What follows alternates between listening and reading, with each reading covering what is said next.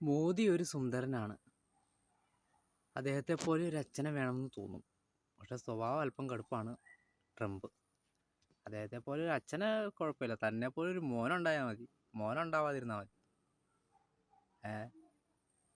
പെണ്ണുങ്ങെന്ന് വെച്ച് കഴിഞ്ഞാൽ അവനെ ഏർക്കിളിയുടെ മറ്റേതയ്യോ കുഞ്ഞിക്കൂനകത്ത് പറയണ പോലെ, ദിലീപേട്ടൻ പറയണ പോലെ തന്നെ ഏർക്കിളിയിലൊരു തുണി ചുറ്റിക്കൊണ്ട് ആ വഴി പോയാൽ മതി, താരം അങ്ങോട്ടേക്ക് പോയിക്കൊണ്ടിരിക്കും. നമ്പർ 1 സ്ത്രീലമ്പടൻ 1.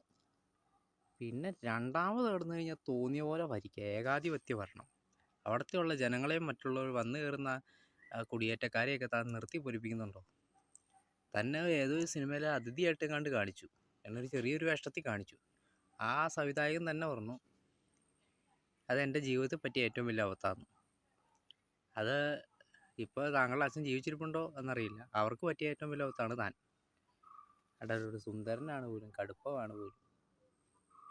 എൻ്റെ പൊന്നു മോനെ, നിന്നെപ്പോലൊരു മോൻ അതിലൊരുത്തരും വേണ്ട.